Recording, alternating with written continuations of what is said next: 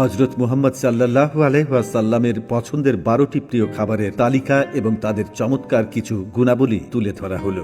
1. Barley বা যব। এটি জ্বরের জন্য এবং পেটের পীড়ায় খুবই উপকারী। অসুস্থ অবস্থায় বিশেষ করে জ্বর হলে রাসূল সাল্লাল্লাহু আলাইহি ওয়াসাল্লাম এই খাবারটি গ্রহণ করার পরামর্শ দিতেন। 2. খেজুর। খেজুর রাসূল সাল্লাল্লাহু আলাইহি ওয়াসাল্লামের অত্যন্ত প্রিয় ছিল। তিনি বলতেন, যে বাড়িতে খেজুর নেই সে বাড়িতে কোনো খাবার নেই। এমনকি তিনি সন্তান প্রসবের পর প্রসূতি মাকে খেজুর খাওয়ার পরামর্শ দিয়েছেন। এর খনিজ উপাদান শরীর সতেজ রাখে। 3. লাউ বা কদু। হযরত আনাস রাদিয়াল্লাহু তাআলা আনহু থেকে বর্ণিত, একবার একজন দর্জি রাসূল সাল্লাল্লাহু আলাইহি ওয়াসাল্লামকে দাওয়াত করেন। সেখানে বার্লির রুটি এবং গোশতের টুকরো ও কদু মেশানো ঝোল পরিবেশন করা হয়। রাসূল সাল্লাল্লাহু আলাইহি ওয়াসাল্লাম পাত্র থেকে খুঁজে খুঁজে কদু নিয়ে খাচ্ছিলেন। আনাস রাদিয়াল্লাহু তাআলা আনহু বলেন, আমি সেদিন থেকে কদুর প্রতি আসক্ত হয়ে উঠি। 4. কিশমিশ। ইবনে আব্বাস রাদিয়াল্লাহু তাআলা আনহু থেকে বর্ণিত, রাসূল সাল্লাল্লাহু আলাইহি ওয়াসাল্লামের জন্য কিশমিশ ভিজিয়ে রাখা হতো এবং তিনি সেই পানি পান করতেন। 5. ডুমুর। ডুমুর অত্যন্ত পুষ্টিকর ও ভেষজ গুণ সম্পন্ন।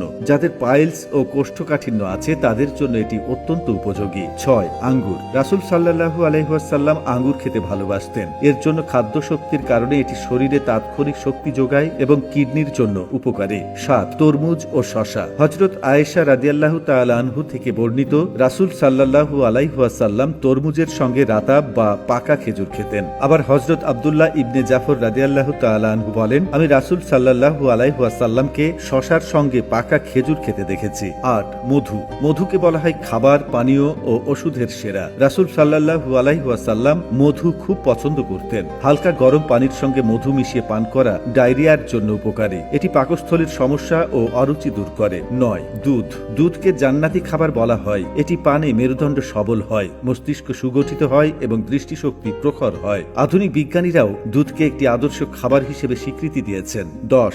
মাশরুম। রাসূল সাল্লাল্লাহু আলাইহি ওয়াসাল্লাম বলতেন, মাশরুম চোখের জন্য ভালো। এটি স্নায়ু শক্ত করতে এবং শরীরের পক্ষাঘাত বা প্যারালাইসিস রোধে সহায়তা করে। 11. জলপাই তেল, অলিভ অয়েল। এর পুষ্টিগুণ অনেক। গবেষণায় দেখা গেছে অলিভ অয়েল ত্বক ও চুলের উজ্জ্বলতা বাড়ায় এবং বার্ধক্য বিলম্বিত করে। এটি পাকস্থলীর প্রদাহ নিরাময়েও দারুণ কার্যকর। 12. ডালিম বা বেদানা। রাসূল সাল্লাল্লাহু আলাইহি ওয়াসাল্লাম বলতেন, ডালিম আহারকারীদের শয়তান ও মন্দ চিন্তা থেকে বিরত রাখে। এর পুষ্টিগুণের পাশাপাশি একটি বিশেষ ধর্মীয় গুরুত্বও রয়েছে।